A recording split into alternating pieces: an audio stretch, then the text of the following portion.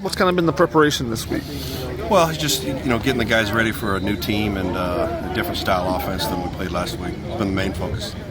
Obviously, last year UCLA was able to run the ball really well. What do you do to combat that? Against that team this season. It's a different group of players on both sides of the ball, and we just have to execute better. And you got to give them a lot of credit on how they played last year. Where do you feel like this defense has improved most over the course of this season?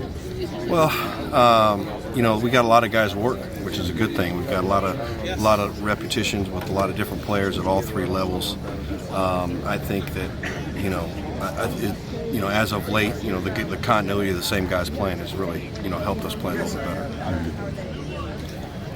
How would you describe how this season has gone for Christian Rector? Obviously, you stepped in expecting to play a huge role. Obviously, dealt with injuries. Yeah, he's made a lot of big plays for us over the years, and we've missed him all year being completely healthy.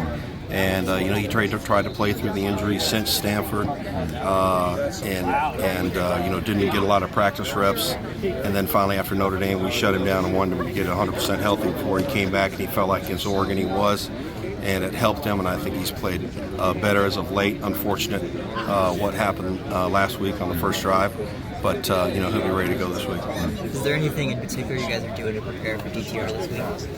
Well, he's a dual threat quarterback, and he does a great job on all things they ask the quarterback to do, whether it be change plays at the line of scrimmage, from run to pass or pass to run, any form of design quarterback run. And he's very accurate throwing the ball, and then he can break containment. So he's a handful to try to prepare for. How have you seen John Houston grow into a larger role this season? Yeah, John's a guy that I'm really proud of his progress, and the last 2 years playing the dime position. He's been in the system for a while, and so in the offseason I wanted to move him to Mike so he could really handle all the communication within the defense, and he's taken the challenge on to move to the middle linebacker with all things that goes along with it, and first and foremost he's being a leader, and that's why he was elected captain.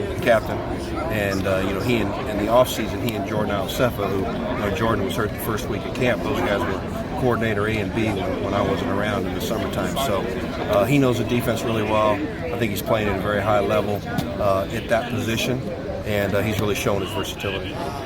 Do you spend any time looking back or talking about what happened last year with the run game against UCLA? It's something that you address in the offseason and look at and what you could do better.